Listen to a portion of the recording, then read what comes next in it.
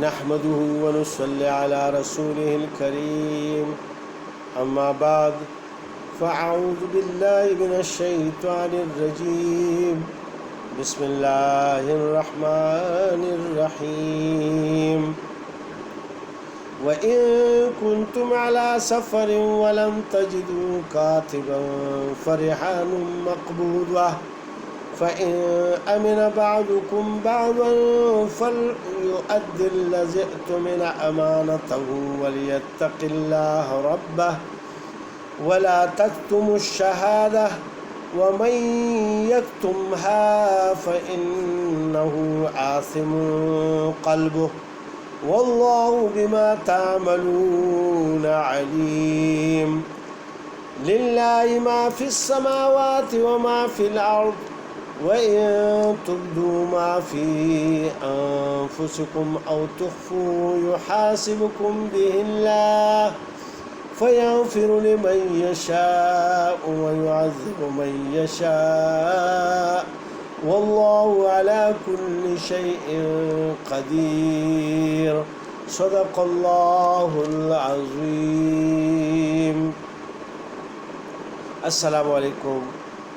میرے بھائیوں اور بہنوں، اللہ سبحانہ و تعالیٰ کی توفیق اور طاقت سے ہم آج 283 اور 284 نمبر آیت کا ترجمہ اور تفسیر بیان کریں گے۔ اللہ سبحانہ و تعالیٰ مجھے صحیح بیان کرنے اور پھر عمل کی توفیق عطا فرمائے اور آپ کو بھی۔ اس پہلی آیت میں اللہ سبحانہ و تعالیٰ قرض یا لین دین کی بات کے متعلق فرماتے ہیں۔ وہ تو اس سے پہلے جو آیت میں اللہ سبحانہ و تعالیٰ نے فرمایا وہ تو مقام کی بات تھی کہ جب آپ اپنے علاقے میں ہوتے ہیں، کاتب بھی موجود ہوتا ہے اور گواہ بھی موجود ہوتے ہیں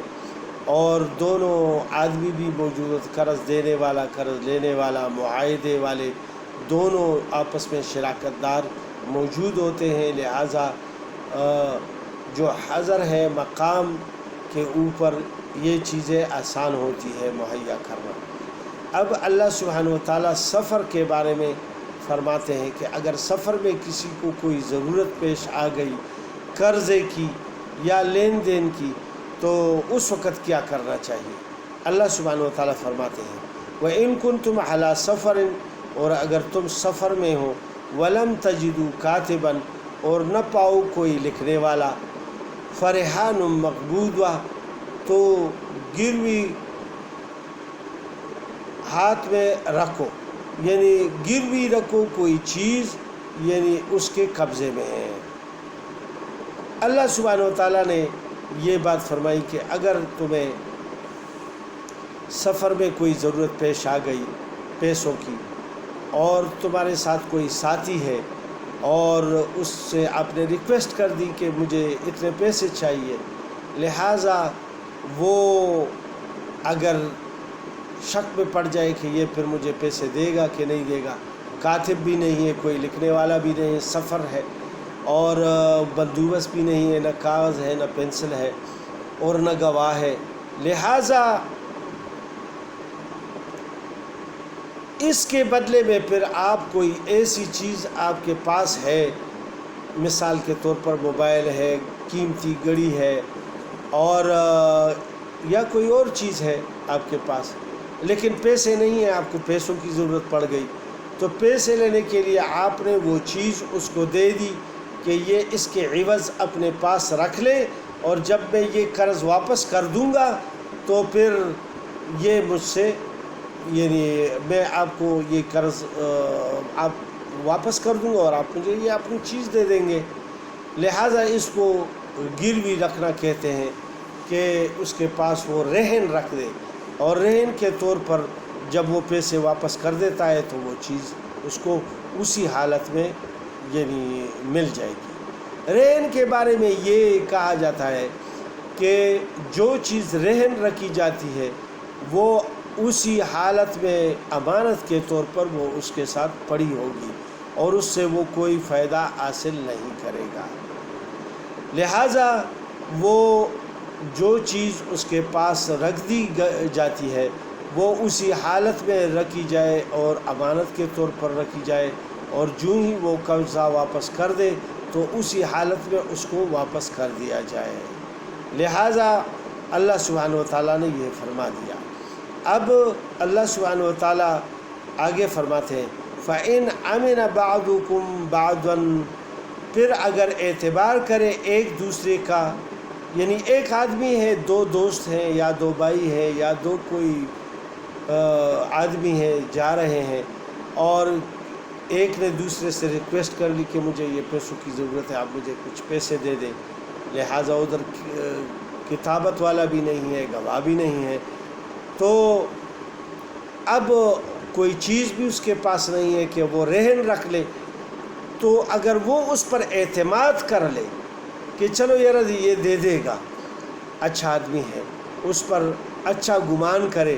اور وہ اس کو وہ پیسے دے دے، تو اللہ سبحانہ و تعالیٰ فرماتے ہیں کہ اگر تم بعض میں سے بعض پر اعتبار کرو اور اس کو قرض دو، فَلْيُؤَدِّ الَّذِي اؤْتُمِنَ أَمَانَتَهُ، تو چاہیے کہ پورا ادا کر دے وہ شخص کے جس پر اعتبار کیا گیا ہے اپنی امانت کو، وَلْيَتَّقِ اللَّهَ رَبَّهُ، اور ڈرتا رہے اللہ سے جو رب ہے اس کا۔ اس میں اللہ پاک نے یہ فرما دیا کہ اس نے تو تمہارے اوپر یہ اعتبار کر دیا، لہٰذا تمہیں چاہیے کہ جب وہ نیٹا آ جائے، وقت مقررہ آ جائے، لہٰذا اس کو اپنی رقم پوری کی پوری واپس کر دو۔ لہٰذا اللہ سبحانہ وتعالیٰ سے ڈرتے رہو، اور ایسا نہ ہو کہ تمہارے دل میں یہ آ جائے کہ کوئی گواہ نہیں ہے یا لکھائی وغیرہ نہیں ہے، ہڑپ کر جاؤ۔ یہ شیطان کے وسواس ہیں جو ہمیں آپس میں لڑانے کے لیے وہ ڈال رہے ہیں کہ یہ ناحق کھاؤ، یہ کرو وہ کرو، یہ ایک فساد کے زمرے میں آتا ہے۔ جو بھی بے انصافی ہے، یعنی آپ دنیا میں دیکھیں جو بھی بے انصافی ہے وہ فساد کہلاتا ہے، کیونکہ اس سے جھگڑے ابھرتے ہیں، اور جھگڑوں سے پھر آپس میں لڑائیاں ہوتی ہیں، اور دلوں میں کدورت پیدا ہوتی ہیں، حسد اور بغض اور کینے پیدا ہوتے ہیں، جس کی وجہ سے معاشرہ تباہ و برباد ہو جاتا ہے اور دشمنیاں بڑھ جاتی ہے۔ لہٰذا اللہ سبحانہ و تعالیٰ یہ نہیں چاہتے کہ تم آپس میں لڑائیاں کرو، فساد کرو اور حسد اور بغض اور کینہ رکھو۔ اللہ سبحانہ و تعالیٰ اب اگر اس میں کوئی شاہد ہے، کوئی ایک یا دو گواہ ہے اس میں، تو وہ اللہ پاک ان کو بھی ہدایت کر رہے ہیں۔ وَلَا تَكْتُمُوا الشَّهَادَةَ، اور مت چھپاؤ گواہی کو، یعنی جو گواہ ہے وہ گواہی کو نہ چھپایا ہے، یعنی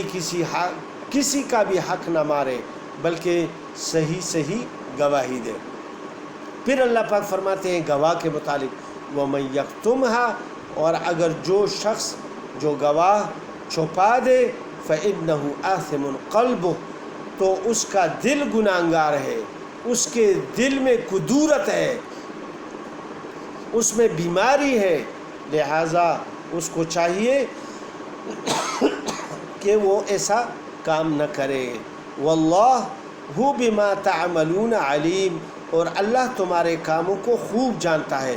اللہ سبحانہ و تعالیٰ تمہارے دلوں سے، تمہارے دماغوں سے، سینوں کے چھپے ہوئے رازوں سے خبردار ہے، وہ جانتا ہے کہ تمہاری سوچ سمجھ اور کیا چیز ہے، یعنی اللہ سے کوئی چیز چھپی ہوئی نہیں ہے، لہٰذا صحیح گواہی دو اور صحیح قرض ادا کرو، اس میں کمی بیشی نہ کرو، اور جو امانت کے طور پر اس کے پاس چیز رکھی ہوئی ہے وہ بھی اپنی چیز پوری کی پوری واپس کر دے اور صحیح حالت میں واپس کر دے۔ پھر اللہ پاک فرماتے ہیں للہ ما فی السماوات، اور اللہ ہی کا ہے جو کچھ آسمانوں میں ہے، وما فی الارض، اور جو کچھ زمینوں میں ہے۔ جو آسمانوں اور زمینوں میں جو بھی چیزیں ہیں یہ اصل مالک اس کا اللہ ہی سبحانہ و تعالیٰ ہے، کیونکہ جب انسان پیدا نہیں ہوئے تھے تو اس وقت تو اللہ موجود تھے اور ان کے یہ سارے کائنات بھی اس نے پیدا فرمائے تھے، یہ زمین، آسمان، چاند، ستارے، اور اس میں جتنے بھی خزانے رکھے ہوئے ہیں یہ اللہ نے رکھے ہوئے تھے پہلے سے۔ پھر انسان پیدا فرمایا اور اس کو تھوڑی بہت اس کو اس کے ہاتھ میں یعنی وہ چیز دے دی۔ اب وہ یہ نہ کرے کہ اس میں خیانت کرے اور اللہ سبحانہ و تعالیٰ کی چیزوں پہ، اور ایک وقت ایسا آئے گا کہ پھر مر جاؤ گے اور یہ چیزیں رہ جائے گی۔ تو یہ جب ساری مخلوقات پھر مر جائے گی پہلی سور کی پھونک سے، تو پھر یہ ساری چیزیں اسی طرح رہ جائے گی اور اللہ سبحانہ و تعالیٰ مالک اور خالق، اس کے پاس سب چیزیں واپس چلی جائے گی۔ تو اصل مالک اور خالق ان کائنات کا اللہ سبحانہ و تعالیٰ ہے۔ وَإِن تُبْدُوا مَا فِي أَنفُسِكُمْ، اگر ظاہر کرو گے اپنے جی کی بات، او تخفوہ یا چھپاؤ گے، یحاسبکم بہ اللہ، اس کو اس کا حساب لے گا یعنی اللہ سبحانہ و تعالیٰ تم سے۔ فیغفر